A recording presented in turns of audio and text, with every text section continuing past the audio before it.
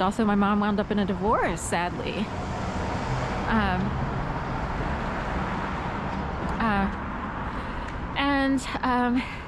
All of that happened at the same time. Do you think it's a coincidence that there's a divorce, family members of my mom, all of her family moving down to Florida, and she's left behind with us, the two girls, my sister and I?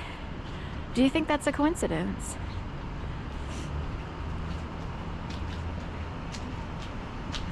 Or did someone have a grand plan already for certain people, whether it be in Delaware or other states?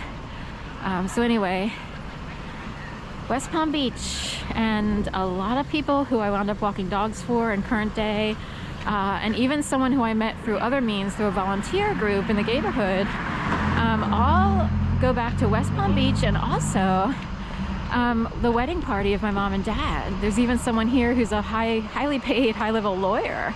His dad was in my mom and dad's wedding party. I'm like, cough up the money, folks, because you know, can you hire me for something, you schmuck?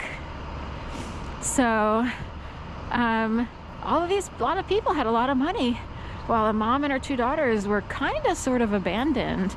Luckily, our father stayed in the area, but he took up residence with someone who showed up to our baby showers, a friend, like kind of a friend in the neighborhood.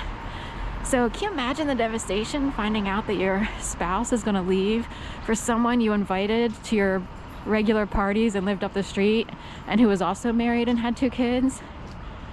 Can you imagine how painful that is?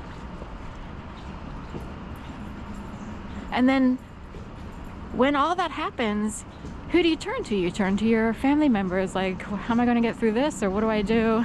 And everybody's in Florida, living it up, living on a canal with a boat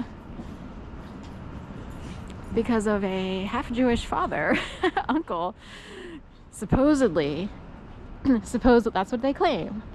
But his parent, on the paternal side of my cousins, they owned two junky toy stores in Delaware.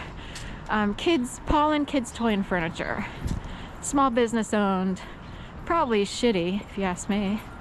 And in the Price's Corner, which is, I don't even know if it exists any longer, because it was tanking as I grew up, across from the prison there on Kirkwood Highway. You get it?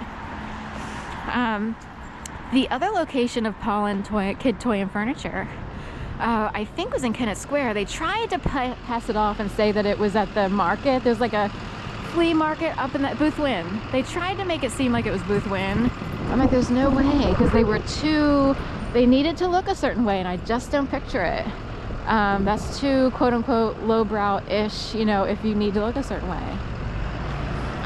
So then it's like, no, it was Kennett Square, and that would be, but I still think they had a certain mentality. People who own stores don't necessarily have brains.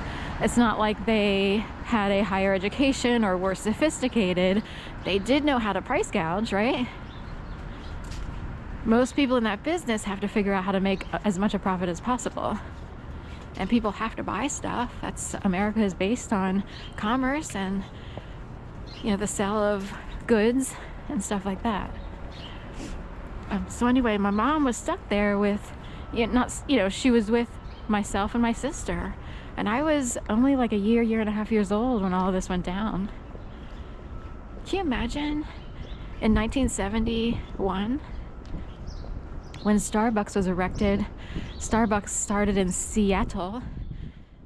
And in Seattle, maybe they see people who addle or rattle people, or egg addling is a questionable, humane way to kill the eggs of geese should they take a crap on your lawn. I guess we need to do some egg addling of some other families that tried to rattle us. So Seattle started Starbucks, and how big is the mess? Kramer versus Kramer came out.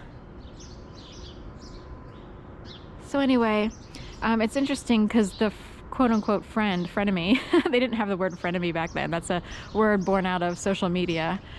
Frenemy, the frenemy actually showed up with baby shower cards of a rattle, because she might have grown up in such a way, in a way it's more conscious, but it's also more sadistic and satanic and disturbing. She might have wanted to rattle people because she thought she was above everybody else because she had a nursing degree or whatever. And a lot of women didn't necessarily have degrees. It was a time period when some women were able to go on to school, some weren't. You know, depends on how much money you have, who your parents are, and stuff like that. So did this person decide to rattle a family? Did she buy rattle baby shower cards on purpose? And ladies, check your baby shower cards, because everybody else gave the standard, you know, baby under the blanket, you know, a little yellow duck, you know, an umbrella. And the only rattle came from the one person who wound up with our dad when I was only a year old. Isn't that sad? So Seattle knows who is addling and rattling. Can you believe that? That people would send messages that way? So we like Seattle because they were keeping an eye on those who rattle, and they got tired of it. And that's why I'm still alive, and other people are wondering why.